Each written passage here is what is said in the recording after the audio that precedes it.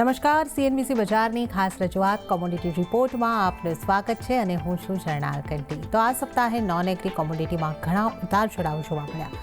સોના ચાંદી પર ખાસ બજેટમાં સરકાર દ્વારા જે ડ્યુટીમાં ઘટાડો કરવામાં આવ્યો છે તેની કિંમતો પર મોટી અસર પડતી દેખાઈ। તો ક્રૂડ ઓઇલમાં પણ વોલેટાઇલ કામકાજ રહ્યું, પણ બ્રેન્ટના ભાવ $85 ઘણા નીચે આવતા દેખાયા। જ્યારે બેઝ મેટલ્સમાં ચાઇના તરફથી નબળી માંગ અને નબળા આર્થિક આંકડાની અસર રહેતા મોટાભાગની મેટલ્સમાં દબાણ સાથેનો કારોબાર જોવા મળ્યો।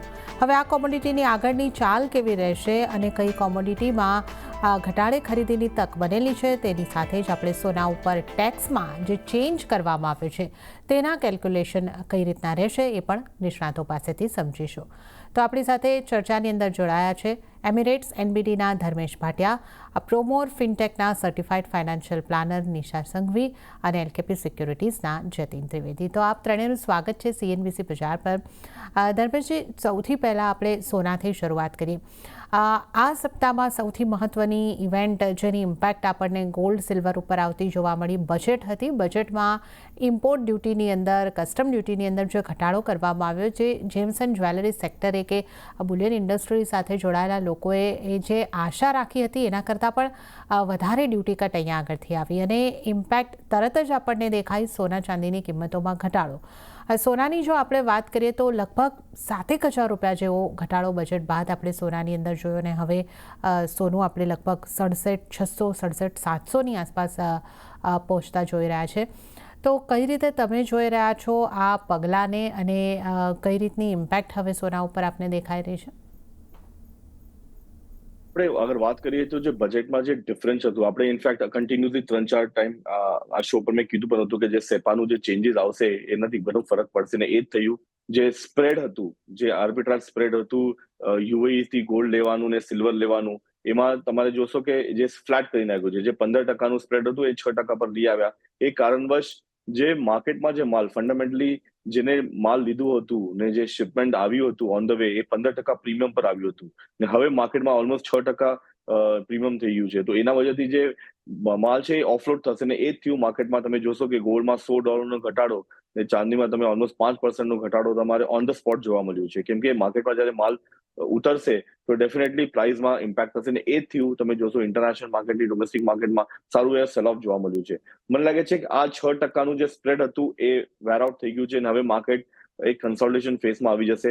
અહીંયાથી માર્કેટમાં એટલે કે રેન્જ બાઉન્ડ લાગે છે। પ્લસ આ મહિનો કઈ નવો ના લગ્નના ફંક્શન છે ના કોઈ નવી ચીજ તમે લેશો આ મહિનામાં, તો મારા હિસાબથી સપ્ટેમ્બર ઓક્ટોબર પછી તમે માર્કેટમાં એક સારી એવી લાંબી તેજી જોશો।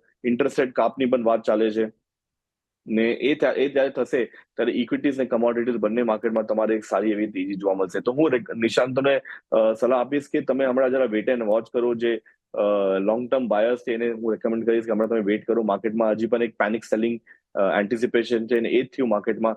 અહીંયાથી એટલીસ્ટ 1,500 થી $1,000નો ઘટાડો હું એન્ટિસિપેટ કરું છું ને ઇન્ટરનેશનલ માર્કેટની વાત કરે તો જે $2,350 જો એમ લેવલ છે માર્કેટ અગર એ બ્રેક થયો તો તમે 2,300ના પણ લેવલ જોઈ શકશો। બટ એક હેલ્ધી કરેક્શન છે, એમાં તમારે હું રેકમેન્ડ કરીશ કે તમે બાઇંગ કરો, સેલિંગ નહીં કરતા। બટ સ્પેક્યુલેટર્સ તમારે અહીંયા બેટિંગ કરવી હોય તો તમે અહીંયા મંદી કરીને ચાલી શકો છો।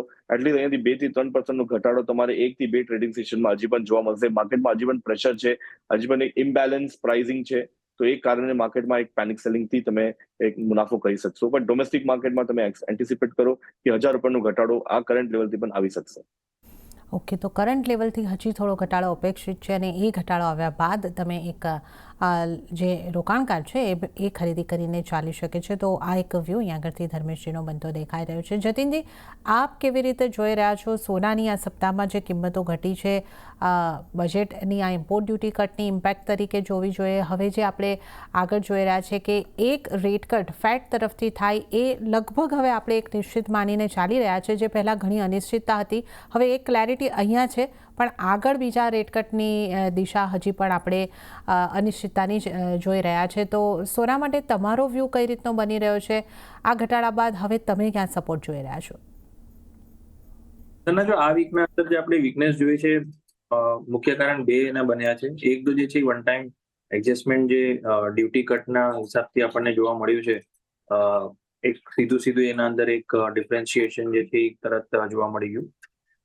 સેકન્ડલી જાપાનીઝ યેન જે છે એ બહુ સ્ટ્રોંગ અપટ્રેન્ડમાં આવી હતી અને એક સારા અમથા લેવલ્સ એને સપોર્ટમાં લીધા ડોલરના સામે અને એક સ્ટ્રોંગ એના અંદર બાઇંગ જે છે એ વિટનેસ થયું છે જાપાનીઝ બેંકની પોલિસીઝ અને અપડેટ્સ જે હિસાબે આવ્યું છે ઇન્ટરેસ્ટ રેટ કટ વધારવાના લઈને.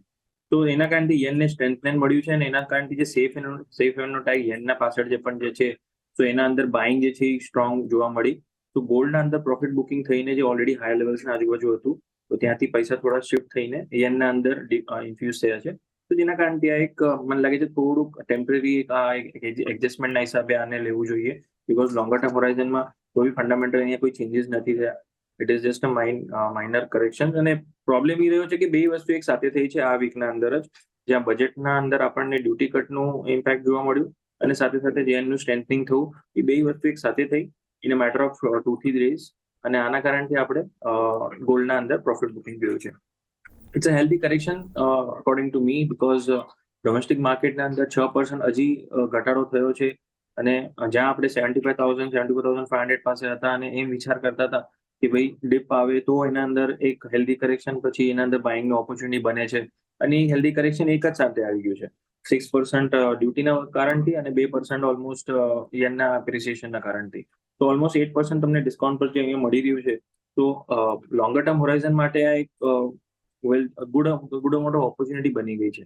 તો લમસમ પણ એના અંદર હું ઇન્વેસ્ટ કરવાનું હું સલાહ આપીશ બધાને પોર્ટફોલિયો એલોકેશનના હિસાબથી બીકોઝ ઓલરેડી બજેટના અંદર આપણે જોયું છે કે એસટીસીજીના કારણથી થોડુંક આના અંદર શોર્ટ ટર્મ ગેઇન્સના હિસાબથી જે વધારો થયો છે એ પણ અને અમુક ટ્રાન્ઝેક્શન કોસ્ટ જે વધી ગયા છે તો આ બધા કારણથી જે છે ક્યાંય ને ક્યાંય ઇક્વિટી સાઇડના અંદર થોડુંક બહુ મેજરલી ઇમ્પેક્ટ પણ નહીં બટ થોડુંક માઇનર ઇમ્પેક્ટ થઈ શકે છે. તો એલોકેશન જે છે એ ગોલ્ડના માટે બહુ સારું બની જાય છે અહીંયા એક તમને જે ડિસ્કાઉન્ટ મળી રહ્યું છે અને આગળ ચાલતા જો પ્રાઇસ પ્રીમિયમ વધતું ગયું ઇન્ટરેસ્ટ રેટ પણ કટની જે રીતે વાત કરીએ તો સપ્ટેમ્બરમાં સર્ટેનિટી વધી ગઈ છે તો આ બધી વસ્તુ પાછી સપોર્ટમાં આવી જશે ગોલ્ડના માટે. સો લેવલ વાઇઝ સ્પોટના અંદર 2300ના લેવલ એક સ્ટ્રોંગ ઇમ્પોર્ટન્ટ સપોર્ટ ઝોન છે. જૂનના મહિનામાં આપણે જોયું હતું કે 2300ના લેવલ 2 થી 3 વાર એને સપોર્ટ લીધા છે તો આઈ ડોન્ટ થિંક સો કે 2300ના લેવલ અહીંયા બ્રીચ થવા જોઈએ બહુ easily unless and until fundamentally કંઈ મોટું ચેન્જીસ આવી જાય છે તો જ લેવલ બ્રીચ થશે અને હાયર લેવલ પર પાછું 2430 2425 પાસે એક રેઝિસ્ટન્સ પણ છે. તો બહુ વધારે હાયર સાઇડ હું હમણાં નથી જોઈ રહ્યો because of this few development which have happened especially કોઈ ડેવલપમેન્ટ એવું થઈ જાય કે ઇન્ટરેસ્ટ રેટ કટ અને એના પછી પાછું સર્ટનિટી કે ઇન્ટરેસ્ટ રેટ કટ થયા પછી સાયકલ પાછી હજી ડાઉન ટ્રેન્ડની કન્ટિન્યુ રહેવી જોઈએ એમ નહીં કે એકવાર કટ થયા પછી પાછું પોઝ આવી ગયું અને પછી પાછું ઇકોનોમિક ડેવલપમેન્ટ જોશે 6 મહિના પાછું રિવ્યુ કરશે પછી એ પાછું નેગેટિવ થઈ જશે. તો these things need to be taken care of અને આ બધી વસ્તુઓનું ધ્યાન રાખીને જ એક પર્સપેક્ટિવથી આના અંદર પોઝિશન લેવાની. ફોર ધ ટાઈમ મને એમ લાગે છે 2350ના આજુબાજુ સ્ટ્રોંગ સપોર્ટ લેવો જોઈએ અને 2425-2450 તમને નેક્સ્ટ કપલ ઓફ વીક્સના અંદર પાછું ટચ કરતા જોવા મળવું જોઈએ અને સાથે સાથે એમસીએક્સ પર જોવા જઈએ તો 66,500 એક બેઝ સપોર્ટ પકડીને ચાલો 66 મેક્સ ટુ મેક્સ અને હાયર સાઇડ પર પાછું તમને 71,000 સુધીના લેવલ્સ નેક્સ્ટ કપલ ઓફ વીક્સના અંદર ઓલમોસ્ટ મિડ ઓગસ્ટ સુધી મને લાગે છે આ લેવલ્સ તમને પાછા જોવા મળે છે. ઓકે તો આપણે સોનાના સપોર્ટ લેવલની વાત કરીએ તો એમસીએક્સ ઉપર 66,500 અને જો આપણે આ કોમેક્સ લેવલની વાત કરીએ તો 2350 અહીંયા આગળથી લાગી રહ્યો છે. પણ જતીનજીએ જે અહીંયા આગળથી એક મહત્ત્વના મુદ્દાનો અહીંયા આગળથી ઉલ્લેખ કર્યો કે ઇક્વિટીમાં ટેક્સનું ભારણ વધ્યું અને ટેક્સેશન જે છે ગોલ્ડ ઉપર પણ બદલાયું છે. હવે એલટીસીજી જે 20% હતો એને 12.5 કરવામાં આવ્યો છે પણ ઇન્ડેક્સેશનની રાહત છે એ ખસી ગઈ છે.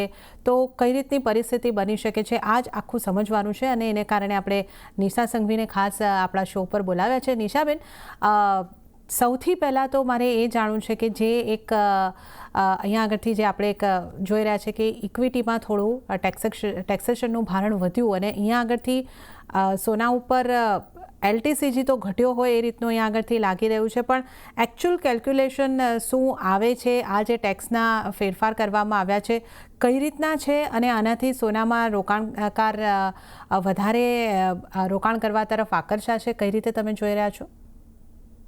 Thank you ઝરનાબેન.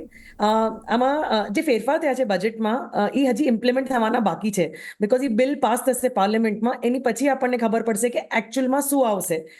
But if V consider કે હમણાં જે આપણા ફાઇનાન્સ મિનિસ્ટરે જે પ્રપોઝ કર્યું છે તો એના બેસિસ પર એવી રીતે ડિક્લેરેશન થાય છે કે જ્યારે પણ તમારું આ ટેક્સેશન પહેલા જે હતું લોંગ ટર્મ અને શોર્ટ ટર્મ જેવી રીતે ડિફાઇન્ડ હતું, તો એના બેસિસ ઉપર આપણે ટેક્સેશન લાગતું. તો અગર હું એને ડિફાઇન કરી રહી છું ફર્ધર, તો આપણે આમાં જોઈએ કે જે 20% આપણને ઇન્ડેક્સિંગ સાથેનો બેનિફિટ મળતો હતો એ હવે 12.5% કરવામાં આવ્યો છે. તો મારા હિસાબે ફાયદો થયો છે. આપણે સોનાની વાત કરી રહ્યા હતા અને ચાંદીમાં પણ એ જ રીતે આપણે ઘટાડો આવતા જોયો છે. ચાંદીમાં પણ એક મોટો ઘટાડો આવ્યો છે. ધર્મેશજી, હવે ચાંદીમાં ઘટાડાના તમે કયા કારણો જોઈ રહ્યા છો અને ચાંદી માટે આપણે મેટલ્સની અંદર પણ જે એક દબાણ બનતા જોયું છે એની પણ એક રીઝન હોઈ શકે છે. તો ચાંદી માટે કયા ફેક્ટર્સ પર આપણા માટે મહત્વના રહેશે અને ચાંદી ઉપર હવે તમારી સ્ટ્રેટેજી કઈ રીતની છે? ચાંદી 50% બુલિયન ને 50% બેઝ મેટલ કેટેગરીમાં આવે છે. ચાંદીનું જે 2 દિવસ પહેલા જે ફોલ આવ્યો હતો એના પહેલા જ અગર તમે જોશો તો બેઝ મેટલમાં એવી સારી એવી એકદમ જોરદાર સેલ ઓફ જોવા મળ્યું હતું. સ્પેશિયલી જે બેઝ મેટલનું જે કિંગ છે કોપર, એ ઓલમોસ્ટ 800 નો પણ લેવલ બ્રેક કરી નાખ્યું હતું. ₹125 ઘટાડો તમારે અઠવાડિયાથી 15 દિવસની અંદર તમારે 15 ટ્રેડિંગ સેશનમાં જોવા મળ્યા છે. તો ચાંદી પણ ક્યાં ને ક્યાં માર્કેટમાં એક લુક્રેટિવ ટ્રેડ હતું ને પ્લસ જ્યારે આ નક્કી કર્યું કે 6% જે ટેક્સ લાગશે તો એના ઉપર ઘણી બધું ફેરબદલ થયું ને જે સ્પ્રેડ હતું એ સ્પ્રેડમાં જ તમે જોશો કે માર્કેટમાં 5% ઘટાડો કાલના સત્રમાં, 1% ઘટાડો એક દિવસ પહેલા માર્કેટમાં, ઓલમોસ્ટ 6% ઘટાડો તમારે 2 દિવસમાં જોવા મળ્યો છે. આજે મને લાગે છે માર્કેટ સ્ટેબલ રહેશે ને અહીંયા એક હાવરિંગ કરશે, પણ હજી પણ મને લાગે છે કે પ્રાઇસમાં હજી પણ 1000 થી 1500 રૂપિયાનું તમે ફોલ કન્ટિન્યુઅસ જોઈ શકશો. આ સેલ ઓફ વીકેન્ડમાં પણ આવશે કેમ કે ઘણા બધા બાયર્સ છે એ માલ લઈને બેઠા છે. ક્યાં ને ક્યાં માર્કેટમાં માલ ફોડવો આવશે ને એ જોશો તમે કે અહીંયા માર્કેટમાં 1000 રૂપિયાનો ઘટાડો આવી શકશે. તો હું પ્રેક્ષકોને કહું છું કે આમાં અગર તમારે મંદી કરવી હોય તો સ્પેક્યુલેટર્સ હાવી થઈ શકે છે ને એટલીસ્ટ 80,000ના લેવલ્સ માર્કેટ બ્રેક કરતા તમે જોઈ શકશો. તમે અગર જોશો કે લાસ્ટ 1 મહિનાથી 1.5 મહિનાનું અંતરાલમાં ઓલમોસ્ટ 15,000નો ઘટાડો આવી ચુક્યો છે. તો ફોલ પ્રેશરમાં રહેશે. આંતરરાષ્ટ્રીય માર્કેટમાં મને લાગે છે કે $26 થી $25 લેવલ્સ માર્કેટમાં આવી શકશે. ત્યારે માર્કેટ સ્ટેબલ થશે ને એ ગોલ્ડને પણ ફોલો કરશે. તો સ્પેક્યુલેટર્સ તમે મંદી કરીને ચાલી શકો છો, પણ જે લોંગ ટર્મ બાયર્સ છે જેને બાય કરવું હોય તો હું એને કહું છું કે હમણાં વેઇટ એન્ડ વોચ કરો. માર્કેટમાં હજી એક ફોલ આવ્યો હતો, જે પેનિક સેલિંગ છે એ સારું છે. પેનિક સેલિંગમાં પણ માર્કેટમાં તમારે નીચેના ભાવમાં માલ મળી જશે અને ફરીથી પ્રાઇસ તમે ઉપર જશો ત્યારે તમે વેચી શકશો. તો કરન્ટલી સ્પેક્યુલેટર્સ અહીંયા મંદી કરીને ચાલી શકે છે. 1000 થી 1500 રૂપિયાનો ઘટાડો તમારે ચાંદીમાં જોઈ શકશો. ઓકે, તો સ્પેક્યુલેટર અહીંયા આગળથી મંદી કરીને ચાલી શકે છે. ચાંદી માટે આપણે આ સલાહ ધર્મેશજી તરફથી લીધી છે. જતીનજી, ચાંદીને તમે કઈ રીતે જોઈ રહ્યા છો? જે રીતે આપણે અહીંયા આગળથી ચર્ચા કરી 15,000 જેટલો ઘટાડો અંદર આવતો ચાંદીની અંદર ઓલરેડી આવી ચૂક્યો છે. આગળ આપ ચાંદીને કઈ રીતે જોઈ રહ્યા છો? જો સરના જે 6%નું જે એડજસ્ટમેન્ટ જે છે ને, મને એ લાગે છે કે એ કવર કરવા માટે ચાંદીને થોડોક ટાઈમ હજી લાગી જશે. બટ જે લાસ્ટ 2 દિવસના અંદર જે યેનના કારણે જે આપણે સેલ ઓફ જોયું છે સિલ્વર ને ગોલ્ડના અંદર, એ મને લાગે છે એ લેવલ જે છે એ તમને આવનાર ટાઈમમાં પેલા એ કોન્કર થવું જોઈએ. બીકોઝ યેનના અંદર વોલેટિલિટી જરૂર રહી છે અને એ એક એવી કરન્સી છે જે બહુ વધારે બહુ ડેલિકેટ છે. સો જેટલું સ્પીડથી વધ્યું છે એટલા સ્પીડથી પાછું એનું ફોલ પણ આવવાનું એક્સપેક્ટેડ રહી શકે છે, because it is not a surprise. અને એના કારણથી મને લાગે છે ગોલ્ડ ને સિલ્વર ને બેને બેનિફિટ થઈ શકે છે. અને ડોલર ઇન્ડેક્સ ઓલરેડી કોઈ બહુ મોટા પોઝિટિવ ટ્રેન્ડમાં તો છે નહીં હમણાં, અને looking at September hike euphoria, તો એના કારણથી પુલબેક જે છે હું એક્સપેક્ટ કરું છું અહીંયા ગોલ્ડ ને સિલ્વર બેના અંદર. ઓલરેડી પ્રાઇસ ઘણા બધા સારા ડિસ્કાઉન્ટ મળી જ ગયા છે. કોમેક્સના રેટ જોઈ લો કે આપણા ઘરેલું બજાર જોઈ લો. ઘરેલું બજારના અંદર 80,000 એક બેઝ સપોર્ટ પકડીને ચાલુ છું, જે મે મહિનામાં પણ એક સ્ટ્રોંગલી એને હોલ્ડ કર્યું હતું MCX પર. અને આઈ એમ એક્સપેક્ટિંગ કે આ લેવલ્સ અહીંયા થોડું પ્લે આઉટ કરવું જોઈએ. રિસ્ક એપેટાઇટ પણ થોડું તમારા ફેવરેબલમાં આવી જાય છે after this strong fall. Almost 12-13 હજાર રૂપિયાનું જે ડિસ્કાઉન્ટ મળી રહ્યું છે in the span of just 1 month. તો રિસ્ક રિવોર્ડ ઘણો ફેવરેબલ બની જાય છે અહીંયા. સેફ સાઇડ માટે થઈને 79,800 નીચે વ્યૂ પોઈન્ટ રાખો કે એના નીચે પ્રાઇસ એક્શન જે અગર સ્લીપ થઈ ગયું તો ફર્ધર ટુવર્ડ 77,000 76,000 ઉપર એસ્કેલેશન થઈ શકે છે. અને કોમેક્સમાં પણ તમને પાછા $26 સુધીના લેવલ પણ જોવા મળી શકે છે. સો એઝ ઓફ નાઉ હું એમ પકડીને ચાલું છું કે એક માઇનર પુલબેક આવવો જોઈએ, પણ એ પુલબેક જે છે બહુ સ્ટ્રોંગ લિવિડ નહીં રહે, શોર્ટ ટાઈમ માટે રહેશે અને પાછું ત્યાંથી પાછું સેલિંગ તમને જોવા મળી શકે છે. બેઝ કેસ સિનારીઓ જે હું પકડીને ચાલું છું અરાઉન્ડ અબાઉટ 84,000 અને 83,500 આ લેવલ જે છે પાછા તમને એકવાર ટચ થવા જોવા મળ્યું છે. અને ત્યાંથી પાછું પ્રોફિટ બુકિંગ જરૂર આવી શકે છે, બીકોઝ આ જે રેલી જે છે એ જેવી રીતે મેં કીધું કે ડ્યુટીની થોડું કવર કરવા માટે ટાઈમ લાગી જશે, બટ અઢી હજાર પોઈન્ટ સિલ્વર માટે વધુ કંઈ બહુ મોટી વાત પણ નથી. 1-2 દિવસના ટાઈમમાં જ તો વધી જાય છે. તો એક વ્યૂ પોઈન્ટ આવી રીતે લઈને ચાલો કે અગર તમે સ્પેક્યુલેટ કરવા માંગતા હો તો 79,800 should be your risk level, અને હાયર સાઇડ પર 83,500, 83,000 આ લેવલના ઉપર બહુ વધારે પણ નહીં જોવાનું, એ હું વ્યૂ પોઈન્ટ આપીશ. ઓકે, તો ચાંદી માટે આપણે ખાસ વ્યૂ પોઈન્ટ અહીંયા આગળથી લીધો છે અને આપણા બંને નિષ્ણાતો લગભગ કોમેક્સની વાત કરીએ તો $25-26 સુધીનો એક ઘટાડો જોઈ રહ્યા છે, ત્યારબાદ એક પુલબેક અને ત્યારબાદ ફરી એક વોલેટિલિટીનો કારોબાર આપણને ચાંદીની અંદર દેખાઈ શકે છે. નિશાજી આપણી સાથે ફરી જોડાઈ ગયા છે. નિશાજી, આપ ટેક્સેશન અંગે વાત કરી રહ્યા હતા અને સાથે જ ગોલ્ડમાં જે અલગ અલગ આપણે રોકાણ કરવાના વિકલ્પો છે એમાં હવે ટેક્સેશન કઈ રીતે થશે? સોરી, મારું ડિસ્કનેક્ટ થઈ ગયું હતું, ઇન્ટરનેટ ઇશ્યુ હતું. પણ યસ, આપણે ટેક્સેશનની જ્યારે વાત કરીએ છીએ, ફિઝિકલ ગોલ્ડમાં પહેલા જે 36 મંથ્સની હોલ્ડિંગ પીરિયડ હતી, હવે 24 મહિનામાં કરવા માટે આવી છે. ઇન્ડેક્સેશન લોંગ ટર્મમાં હટી ગયું છે, એટલે 12.5% જ ટેક્સ થશે. ગોલ્ડ મ્યુચ્યુઅલ ફંડ, જે આપણે મ્યુચ્યુઅલ ફંડના રૂટના થ્રુ બાય કરીએ છીએ, એમાં તમારો 24 મંથ્સનો હોલ્ડિંગ પીરિયડ રહેશે એસટીસીજી માટે. એલટીસીજી આપણા સ્લેબ રેટના હિસાબે પહેલા હતી, હવે 12.5% ટેક્સ થશે. ગોલ્ડ સિલ્વર ETF, જે આપણે ટ્રેડિંગ કરીને, એટલે આપણે ડીમેટ અને ટ્રેડિંગ અકાઉન્ટના થ્રુ લઈએ છીએ, તો એ પહેલા તમે એસટીસીજીમાં શોર્ટ ટર્મમાં બેઝિકલી સ્લેબ રેટ પર તમને ટેક્સ થતું, જેની હોલ્ડિંગ પીરિયડ 24 મહિના હતી. હવે જે છે એલટીસીજી, એ તમને તમારા 12.5% ટેક્સ થશે. અને એસજીબીની આગળ વાત કરીએ તો એસજીબી જે નોર્મલ આપણે હોલ્ડ ટુ મેચ્યોરિટી કરીએ છીએ, તો એ ડેફિનેટલી ટેક્સ ફ્રી રહેશે. પણ તમે અગર એસજીબી લિસ્ટેડ થયા પછી તમે અગર 1 વર્ષ હોલ્ડ કર્યા પછી તમે એમાં ટ્રેડ કરો છો, બાય અને સેલ કરો છો, તો એમાં ડેફિનેટલી તમને ટેક્સ ડેફિનેટલી લાગવાનો છે. તો અગેન એ ટેક્સેશન જે પહેલા એમાં પણ ઇન્ડેક્સેશન હતું, એ હટી ગયું છે, અને હવે એમાં પણ 12.5% તમને એલટીસીજી લાગશે, અને slab rate as per in your short term capital gain. Jatinji, જો હવે આપણે મેટલ્સના આ વીકના કારોબારની વાત કરી લઈએ તો અહીંયા પણ એક પ્રેશર જ આવતું આપણને દેખાયું. અહીંયા આગળ ચાઇના તરફથી જે એક સપોર્ટની આશા હતી એ અહીંયા આગળથી મળતો નથી દેખાયો, અને ખાસ કરીને આપણે જે રીતે જોયું કે મલ્ટી મંથ લો પર બધી મેટલો આપણને કોપર હોય કે કોપર 4 મહિનાના લો પર, ઝિંક, એલ્યુમિનિયમ 3 મહિનાના લો પર આપણને દેખાઈ રહી છે. તો મેટલ પર કયા પરિબળોની અસર થઈ રહી છે અને મેટલ માટે હવે તમારી કઈ રીતની રણનીતિ રહેશે? યસ, ડેફિનેટલી જે મેટલનું ઇમ્પેક્ટ જે છે એ ક્યાંને ક્યાંય ચાઇનીઝ ઇકોનોમીના પાછળ અને સાથે સાથે જ જે ઇન્ટરેસ્ટ રેટના પાછળ જે અનસર્ટેનિટી હતી, એ ક્લેરિટી આવે કે ભાઈ ઇન્ટરેસ્ટ રેટ કટ ક્યારથી છે અને કેટલા પ્રમાણમાં આગળ થઈને થવાનું છે, તો એના કારણે પ્રોફિટ બુકિંગ થયું છે. અને મેઇનલી પ્રોફિટ બુકિંગ થોડું વધારે એસ્કેલેટ એટલે થયું છે બિકોઝ આપણે હાયર લેવલ્સ પર હતા. ઇન ધ મંથ ઓફ મે આપણે એક સારા અમથા હાયર લેવલ્સ પર હતા, અને ત્યાંથી એક strong profit booking, second round of profit booking આપણે જુલાઈ સિરીઝમાં જોઈ રહ્યા છે. હવે after 9 to 10 days of continuous cell of, મને લાગે છે કે આ થોડું હવે ઓવરસોલ્ડ લાગી રહ્યું છે. અનવોરન્ટલી બહુ વધારે જ પ્રાઇસ એક્શન જે છે આવી ગયું છે.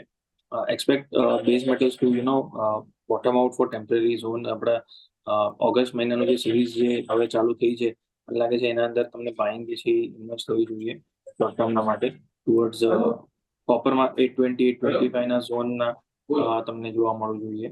અને સાથે સાથે ઝિંકના પ્રાઇસીસ આપણે જોવા જઈશું તો 257-258 સુધીના મને લાગી રહ્યા છે.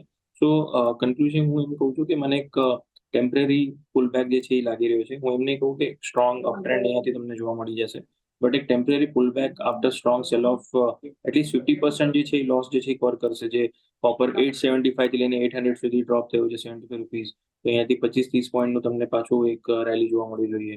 અને ઝિંકના અંદર પણ તમે જે 15-20 રૂપિયાની જે ફોલ જોઈ છે આપણે કન્ટિન્યુઅસલી, તો અહીંયા પણ તમને એક 7-8 રૂપિયાનું અરાઉન્ડ અબાઉટ 260-262 સુધીનું લેવલ તમને પાછું જોવા મળવું જોઈએ. સો બોટમ લાઈન 4-5% સુધીનું તમને એક રેલી અહીંયાથી મળવા જોઈએ મળી જોઈએ બેઝ મેટલ સાથે. ઓકે, તો એક ટેમ્પરરી એક પુલબેક કે એની આપણે અહીંયા આગળથી મેટલ્સમાં આશા રાખી રહ્યા છે. પણ ક્રૂડની પણ વાત કરી લઈએ, કારણ કે ક્રૂડમાં પણ આપણે આ સપ્તાહમાં જોયું લગભગ $85 આસપાસનો ક્રૂડ જે છે એ 82-83ની વચ્ચે પહોંચી ગયું છે બ્રેન્ટના લેવલની જો આપણે વાત કરીએ. ધર્મેશજી, તમે કઈ રીતે ક્રૂડને અહીંયા આગળથી જોઈ રહ્યા છો? ક્રૂડમાં આપણે જોયું કે ઇન્વેન્ટરી ઘટી તો પણ દબાણ રહ્યું અને આપણે જે રીતે જોઈ રહ્યા છે કે હવે યુએસના ઇલેક્શન છે એના સમીકરણોમાં પણ ફેરફાર છે, જીઓપોલિટિકલ ટેન્શન્સ છે, ત્યાં થોડી સીઝ ફાયરની ને એ બધી વાતો ચર્ચાઈ રહી છે. તો ક્રૂડને તમે કઈ રીતે જોઈ રહ્યા છો? જો આપણે અગર કાચા તેલની વાત કરો તો એમાં ઇનફેક્ટ કન્ટિન્યુઅસલી 2-3 અઠવાડિયાથી આપણે એ જ કહી રહ્યા હતા કે માર્કેટમાં પ્રેશર રહેશે, ને એ જ થયું. કેમ કે માર્કેટ ફંડામેન્ટલી આર્ટિફિશિયલી ડ્રિવન હતું, ડિમાન્ડ એસેજ હતું નહીં, સપ્લાય કન્સ્ટેન્ટ કરીને માર્કેટને એક ઉપરની તરફ સસ્ટેન કર્યું હતું.